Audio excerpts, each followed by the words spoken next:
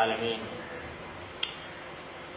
والصلاة والسلام علی سیدنا و مولانا محمد خاتم النبیین و امام المرسلین وقائد الغر المحجلین وعلى آلہ واصحابہ اجمعین وعلى كل من تبعهم بإحسان إلى يوم الدين. اما بعد، حضرت رئیس الجامعہ مجدلہم العالی، حضرات اساتذہ کرام، معزز حاضرین اور حاضرات، السلام علیکم ورحمۃ اللہ وبرکاتہ۔ مجھے احساس ہے کہ آپ حضرات کافی دیر سے اس تقریب میں شریک ہیں، لیکن میں سمجھتا ہوں کہ انشاءاللہ جو وقت اس تقریب میں شرکت کا گزرا ہے وہ یقیناً آپ حضرات کے لیے روح پرور ہوا ہوگا۔ اب وقت خاصا ہو چکا ہے اور اب کھانے کا بھی انتظام ہے، تو میں آپ کے صبر و برداشت کا زیادہ امتحان لینا نہیں چاہتا، لیکن بہت اختصار کے ساتھ یہ عرض کرنا چاہتا ہوں کہ یہ ہیرا فاؤنڈیشن اسکول، جس کی حفظ قرآن کی تقریب میں آج ہم اور آپ شریک ہیں، اس کا پس منظر کیا ہے؟ یہ بات حضرت رئیس الجامعہ مفتی اعظم پاکستان حضرت مولانا مفتی محمد رفیع عثمانی صاحب دامت برکاتہم نے مختلف نشستوں میں اور مختلف مواقع پر دہرائی، اور مجھے بھی اپنے والد ماجد رحمۃ اللہ علیہ کی یہ بات کئی جگہ سنانے کی توفیق ہوئی کہ حضرت والد ماجد قدس اللہ تعالی سرہ نے ایک موقع پر ایک جلسہ عام سے کرتے ہوئے یہ بات ارشاد فرمائی تھی کہ پاکستان بننے کے بعد ہمیں در حقیقت ایک نئے نظام تعلیم کی ضرورت ہے۔ پاکستان بننے سے پہلے 3 بڑے نظام تعلیم ہندوستان کے اندر معروف تھے۔ ایک دارالعلوم دیوبند کا نظام تعلیم، ایک مسلم یونیورسٹی علی گڑھ کا نظام تعلیم، اور دوسرے دارالعلوم ندوۃ العلماء کا نظام تعلیم۔ حضرت والد ماجد قدس اللہ تعالی سرہ نے ارشاد فرمایا تھا، اور یہ تقریباً 1950-51 کی بات ہوگی، یہ فرمایا تھا کہ پاکستان بننے کے بعد در حقیقت ہمیں علی گڑھ کی ضرورت ہے، نہ ندوے کی ضرورت ہے، نہ دیوبند کی ضرورت ہے، بلکہ ہمیں ایک تیسرے نظام تعلیم کی ضرورت ہے جو ہمارے اسلاف کی تاریخ سے مربوط چلا ہے۔ بظاہر سننے والوں کو یہ بات بڑی تعجب خیز معلوم ہوتی تھی کہ ایک دارالعلوم دیوبند کا مفتی اعظم اور دارالعلوم دیوبند کا ایک سپوت یہ کہے کہ ہمیں پاکستان میں دیوبند کی ضرورت نہیں ہے، بلکہ ہمیں ایک نئے نظام تعلیم کی ضرورت ہے۔ یہ 3 نظام تعلیم جو انڈیا میں رائج تھے، ان کے بارے میں اکبر الہ آبادی مرحوم نے یہ تبصرہ کیا تھا کہ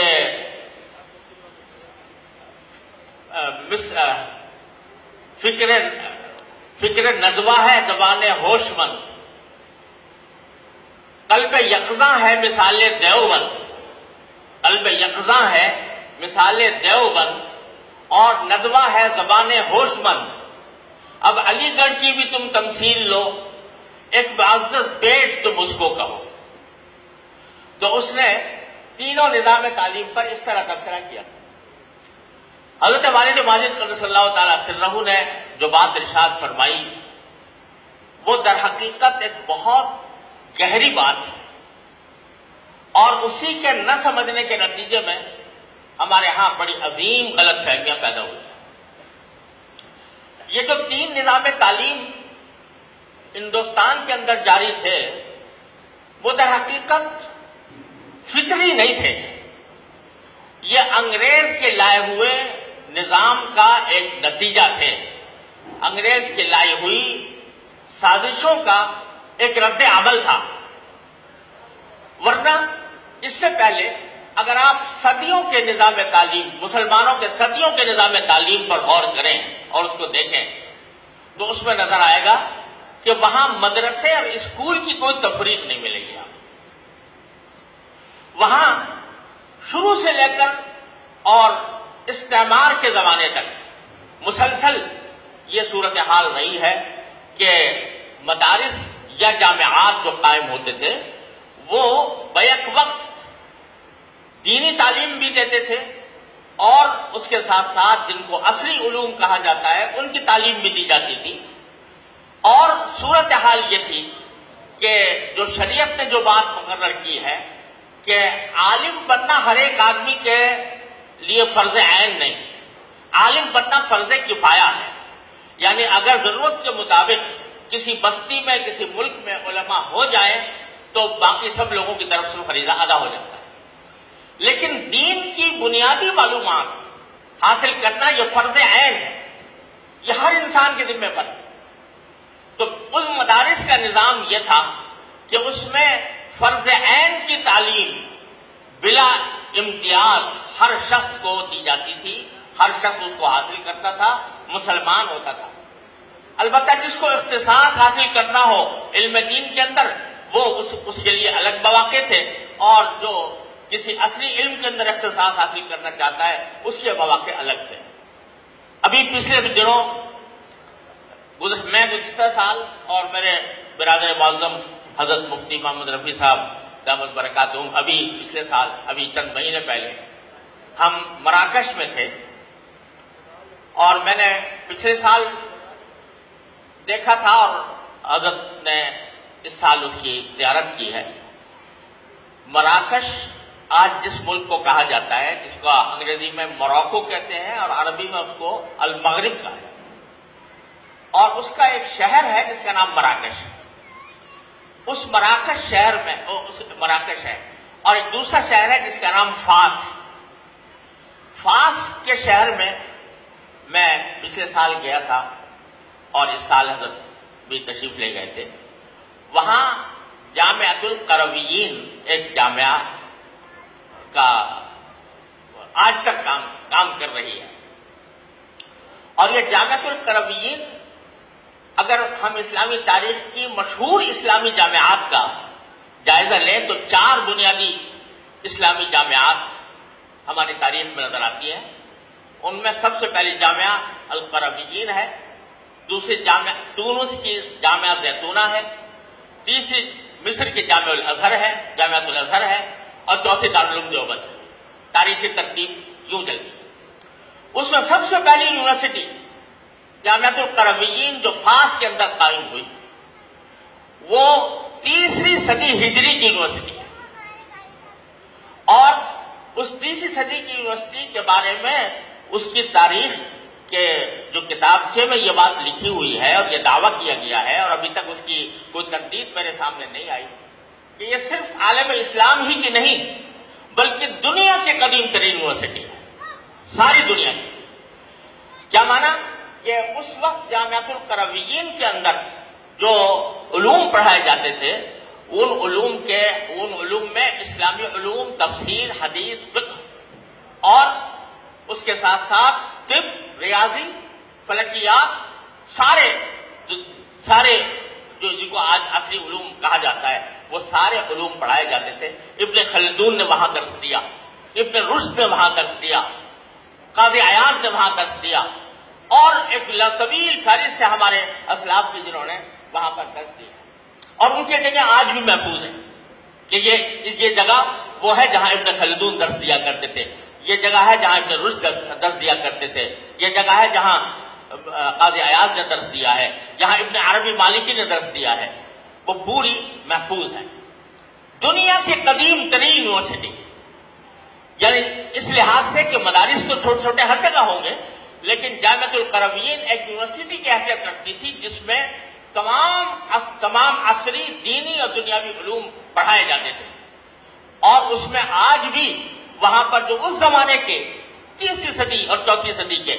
جو سائنٹیفک ایجادات ہیں ان کے نمونے رکھے ہوئے ہیں کہ اس زمانے میں اسی جامعۃ القرویین سے لوگوں نے جو ایجادات کی ہیں، گھڑی کی اور گھڑی وغیرہ کی، اس کے ایجادات کے نمونے بھی وہاں پر موجود ہیں۔ تو 3ویں صدی ہجری آپ تصور کیجئے، 3ویں صدی ہجری کی یونیورسٹی ہے، اور اس میں اسلامی علوم کے بادشاہ بھی وہاں سے پیدا ہوئے، اور وہیں سے ابن رشد فلسفی بھی وہاں سے پیدا ہوا، اور وہیں سے بڑے بڑے سائنسدان بھی پیدا ہوئے۔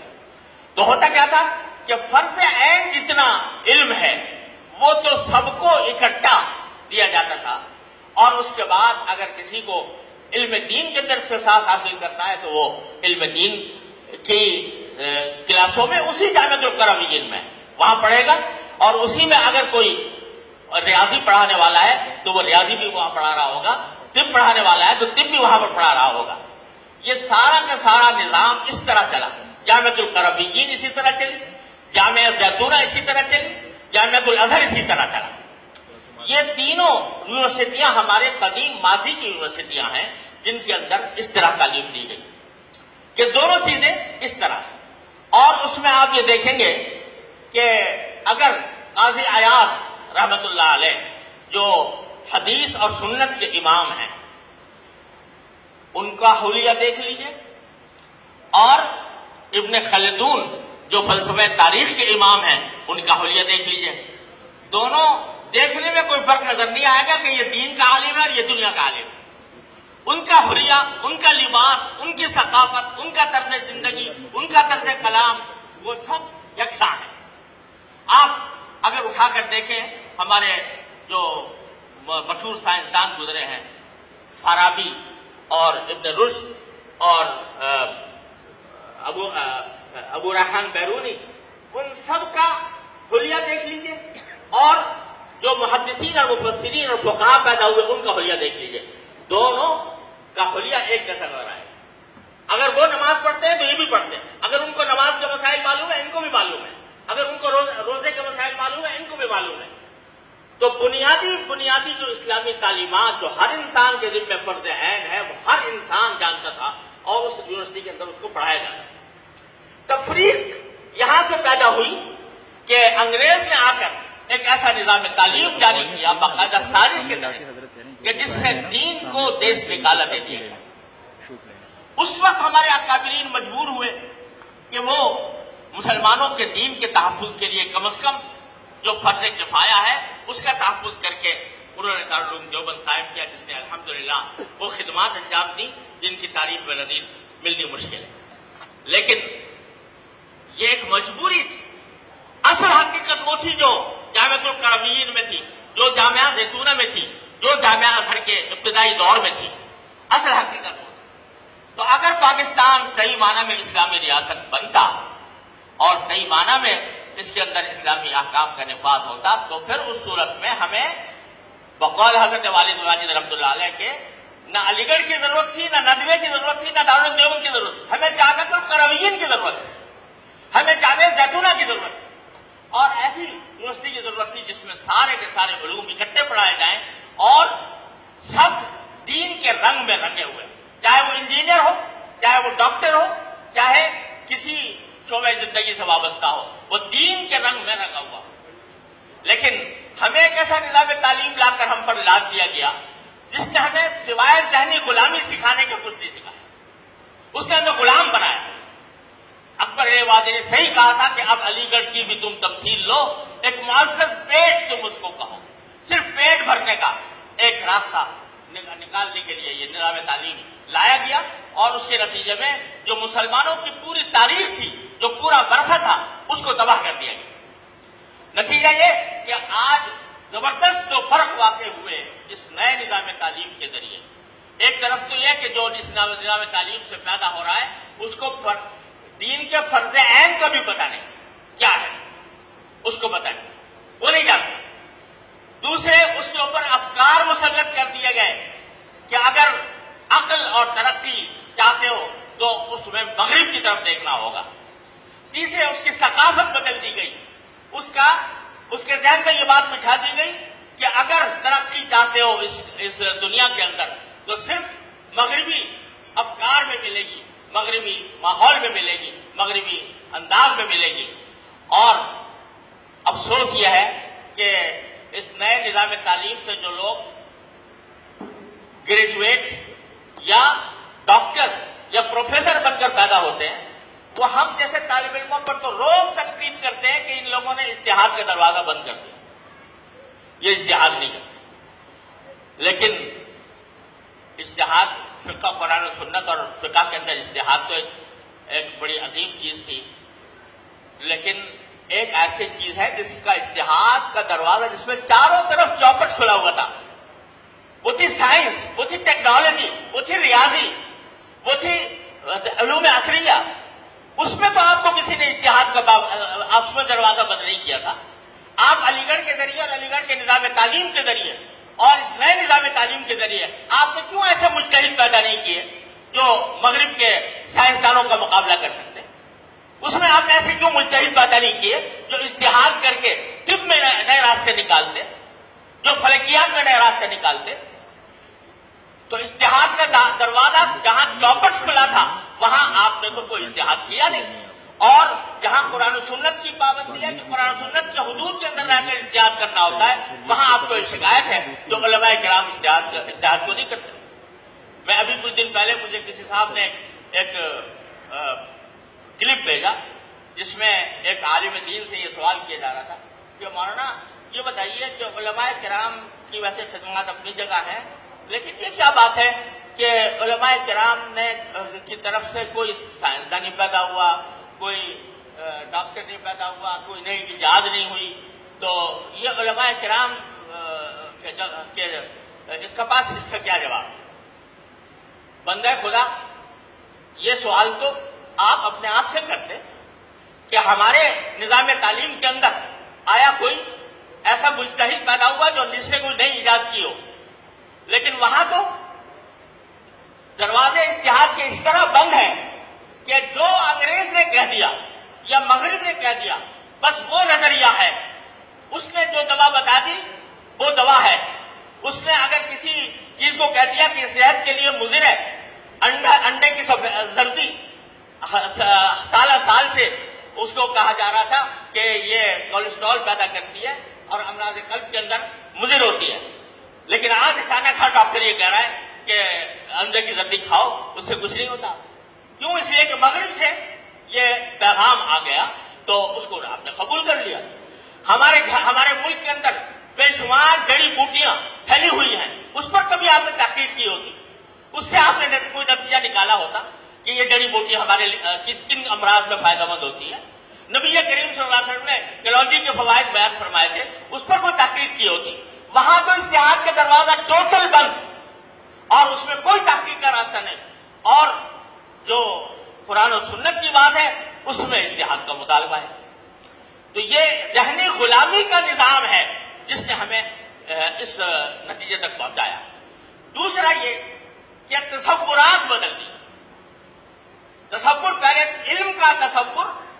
ایک معزز چیز تھی جس کا مقصد معاشرے کی خدمت تھی، مخلوق کی خدمت تھی، یہ اصل مقصود تھا۔ اس کے تحت اگر معاشی فوائد بھی حاصل ہو جائے تو ثانوی حیثیت رکھتے تھے، لیکن آج معاملہ الٹا ہو گیا۔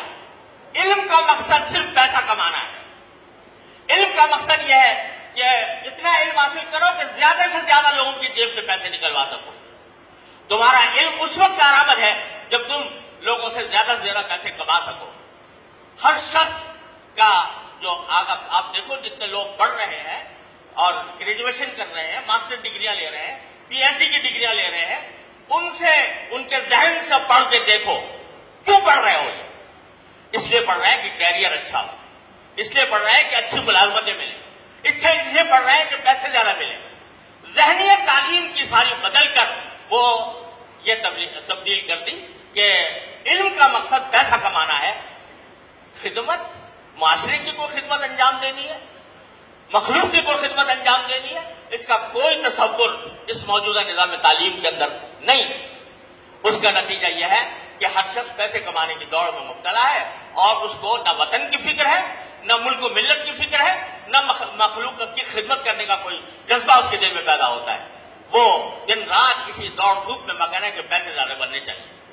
اس میں چوری اس میں ہے، اس میں ڈاکہ اس میں ہے، اس میں رشوت ستانی اس میں۔ یہ بتائیں کہ موجودہ نظام تعلیم کے تحت جو لوگ تیار ہو رہے ہیں انہوں نے مخلوق کی کتنی خدمت کی اور کتنے لوگوں کو فائدہ پہنچایا۔ ہمیں تو پیغمبر انسانیت صلی اللہ علیہ وسلم نے یہ دعا تلقین فرمائی تھی کہ اللہم لا تجعل الدنیا اکبر ہمنا ولا مبلغ علمنا ولا غایۃ رغبتنا، کہ اللہ دنیا کو ہمارا نہ تو ایسا بنائیے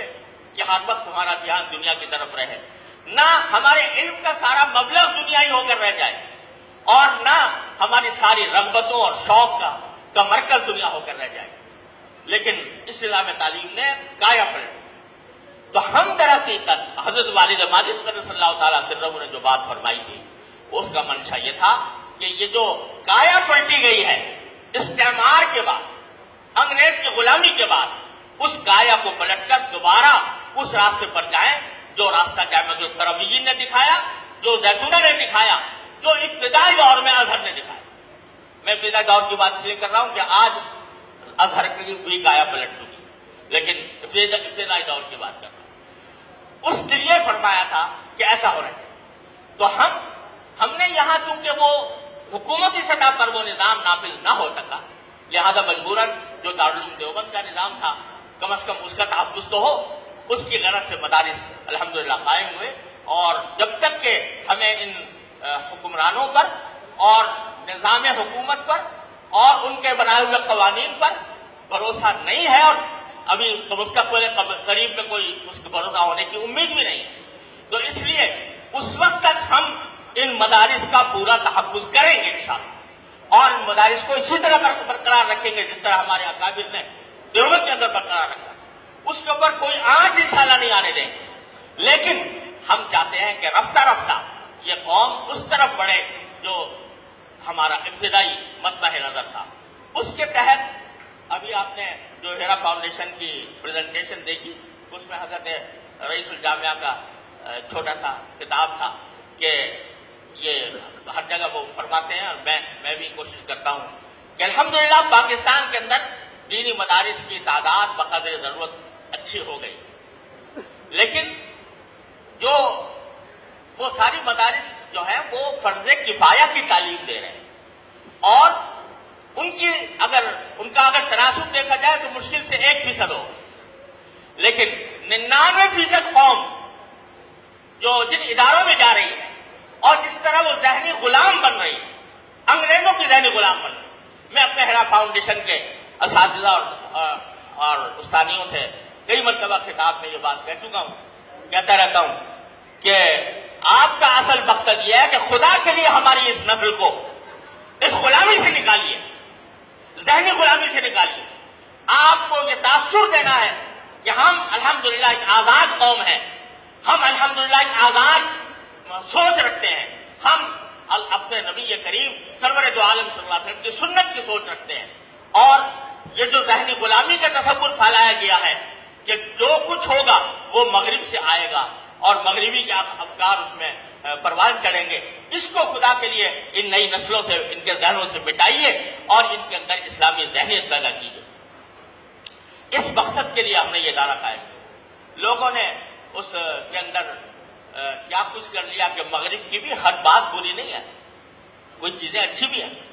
لیکن ان اچھی چیزوں کو لے لو اور بری چیزوں کو پھینک دو، خود ما سپا و تعما کہہ دے۔ اس اصول کے اوپر اگر کام کیا جائے تو انشاءاللہ ہم منزل تک پہنچ سکتے ہیں۔ اقبال مرحوم بعض اوقات ایسے حسین تبصرے اس نے کیے ہیں کہ وہ بڑی لوگوں کے لیے، ساری قوم کے لیے مشعل راہ ہے۔ مغرب کی جو ترقی کہیں سے کہیں پہنچی ہے اس کے اوپر تبصرہ کرتے ہوئے پھر چند شعر کہے ہیں، وہ ہمیشہ یاد رکھنے کے۔ وہ کہتے ہیں کہ قوت مغرب نہ از جنگ و رباب، نیز رقص دخترانے بے حجاب۔ مغرب کی طاقت، قوت مغرب نہ از جنگ و رباب، یہ جنگ و رباب یعنی موسیقی کے آلات، قوت مغرب کی قوت اس لیے نہیں ہوئی کہ وہاں موسیقی کا بڑا رواج ہے، نیز رقص دخترانے بے حجاب، نہ اس وجہ سے ہوئی کہ بے حجاب بے پردہ عورتیں رقص کرتی ہیں، نیز سحر ساحرانے لال روز، نیز عریاں ساکو نئے حقت منہ، نہ اس وجہ سے ہوئی ہے کہ وہاں حسین عورتیں بہت پھرتی ہیں اور اس وجہ سے کہ وہ انہوں نے ٹانگیں اپنی ننگی کر رکھی ہیں اور اپنے بال تراش رکھے ہیں، اس وجہ سے نہیں ہوئی۔ قوت افرنگ از علم و فنس، افرنگ کی قوت اگر ہوئی ہے تو وہ علم و فن میں محنت کرنے کی وجہ سے ہوئی ہے۔ از ہمیں آتش چراغ روشنت، اسی آگ سے اس کا چراغ روشن ہے۔ اور پھر آخر میں بڑا خوبصورت دوسرے شعر کہا ہے کہ حکمت از قطع و برید جامنیز، حکمت از قطع و برید جامنیز، مانے علم و ہنر عمامنیز، یعنی حکمت اور علم جو ہے وہ کپڑوں کی قطع و برید سے،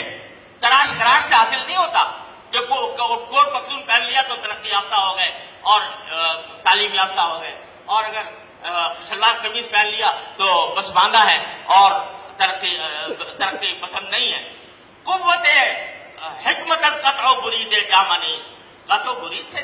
کپڑوں کے قطع و برید سے حکمت نہیں آیا کرتی۔ مانے علم و ہنر عمامنیز، اگر امامہ پہن لو گے تو اس سے کوئی علم و ہنر میں کوئی رکاوٹ پیدا نہیں ہوگی۔ تو یہ تم نے چند ظواہر کو یہ سمجھا ہوا ہے کہ مغرب کی قوت اس سے حاصل ہوئی ہے اور اس کے نتیجے میں اپنے نسلوں کو اس کے پیچھے چلا کر تباہ کر رہے ہو، لہذا اس سے اپنے آپ کو بچاؤ۔ تو یہ ہیرا فاؤنڈیشن اسکول اور الحمدللہ اور بھی ہمارے ہاں یہ توجہ عام ہوئی ہے اور بھی اسکول اس طرح قائم ہو رہے ہیں۔ ان کا اصل مقصود یہ ہے کہ ہم لوٹیں اس طرح، ہاں دکھا دے اے تصور پھر وہ صبح و شام تو، دوڑ پیچھے کی طرف ہے گردش ایام تو۔ کوئی کہے گا کہ یہ رجعت پسندی ہے، لیکن اقبال جیسا ترقی پسند شاعر کہتا ہے کہ دوڑ پیچھے کی طرف ہے گردش ایام تو، یعنی ہم اس طرف دوڑیں جو جامعۃ القرمین کی بات تھی، جو جامعہ زیتونہ کی بات تھی، اس طرف ہم دوڑیں۔ اور اس غرض کے تحت یہ ادارہ ہم نے اللہ کے نام پر قائم کیا اور حضرت والد ماجد رحمۃ اللہ علیہ کے اس ارشاد کی بنیاد پر قائم کیا گیا ہے۔ آپ نے آج اس کے کچھ جھلکیں دیکھی ہیں۔ ظاہر ہے کہ ابھی آغاز ہے، لیکن الحمدللہ ثم الحمدللہ اس قلیل عرصے کے اندر اللہ تعالیٰ نے اس کو ترقی کے بہت سی منازل اللہ تعالیٰ نے اس سے طے کرائی ہے۔ اور سچی بات ہے کہ میرے بیٹے ہیں، اس واسطے مجھے نہیں کہنا چاہیے، لیکن اللہ تبارک و تعالیٰ نے اس معاملے میں مولانا عمران اشرف صاحب کو خصوصی توجہ اور دن رات کھپا کر انتہائی عرق ریزی اور دیدہ ریزی کے ساتھ، اور ان کے رفقا میں مفتی نجیب صاحب، ان حضرات نے بڑی محنت کر کے الحمدللہ اس ادارے کو پروان چڑھانے کی کوشش کی ہے، جس کے نتائج کچھ تھوڑے سے آج آپ نے دیکھے ہیں۔ اس میں ہم نے اس بات کی رعایت رکھنے کی کوشش کی ہے کہ بے شک ایک مجبوری پیش آ گئی کہ انگلش میڈیم میں ہم نے اس کو رکھی، ورنہ ہماری ذاتی رائے یہ ہے، اصل رائے یہ ہے کہ تعلیم مادری زبان میں ہونی چاہیے، لیکن چونکہ ایک وبا چل پڑی ہے اور اس واسطے ہمیں ان خاندانوں کو جو وہاں بچوں کو بھیجتے ہیں ان کو اٹریکٹ کرنا ہے، اس لحاظ سے ہم نے انگلش میڈیم ضرور رکھا، لیکن اس کے ساتھ ساتھ الحمدللہ حفظ کی جماعتیں بھی ہیں، عربی کی تعلیم بھی ہے اور اردو کو بھی ایک اچھی مقام کے ساتھ پڑھانے کی کوشش کی جا رہی ہے۔ اللہ تبارک و تعالیٰ سے دعا ہے کہ اللہ تعالیٰ اس کو اپنی بارگاہ میں شرف قبول عطا فرمائے۔ اس میں فیس ہے، پڑھائی کی فیس ہے، لیکن جو عمارتیں ہیں، جو عمارتیں بن رہی ہیں، وہ فیس ہے ایسی نہیں کہ جو فیس اس عمارتوں کی تکمیل کر سکے، لہذا یہ اللہ تعالیٰ اپنی رحمت سے دلوں میں ڈالتے ہیں تو اس کے ذریعے ہوتا ہے۔ اور اب تک ہم نے اس میں زکوٰۃ کی رقم ہم نے نہیں لگائی، اور دل یہی چاہتا ہے کہ زکوٰۃ کی رقم لگانی نہ پڑے، اگرچہ شرعاً گنجائش کا ایک پہلو ہے، لیکن اس کے باوجود ہم حتی الامکان یہ چاہتے ہیں کہ اس کو زکوٰۃ کی رقم سے تعمیر نہ ہو، بلکہ عمومی چندوں سے اس کی تعمیر ہو، اور الحمدللہ اب تک اس کے اوپر عمل ہو رہا ہے۔ البتہ ہر تھوڑے عرصے کے بعد کبھی واقع ہو جاتی ہے، اللہ تعالیٰ سے دعا کرتے ہیں، کوئی اللہ کے بندے کے دل میں ڈال دیتا ہے، پھر عطیہ کوئی آ جاتا ہے، اس طرح یہ عمارتیں چل رہی ہیں۔ لیکن اس طرح کے 4 بلاک ہمیں بنانے کا منصوبہ ہے، اور مقصود یہ ہے کہ ہم نرسری سے لے کر اور انتہائی دور تک، انتہائی تعلیم تک وہ اسی انداز میں اس کو لے کر چلتے رہے۔ اللہ تبارک و تعالیٰ اپنے فضل و کرم سے ہماری نیتوں میں بھی اخلاص پیدا فرمائے، ہمارے طریقے عمل میں بھی اللہ تعالیٰ سلامتی عطا فرمائے، اور ہر طرح کے شر اور فتنے سے ہماری حفاظت فرمائے، اور اس معاملے کو اللہ تعالیٰ اپنے رضا کے مطابق آگے بڑھانے کی توفیق عطا فرمائے۔ وآخر دعوانا الحمدللہ۔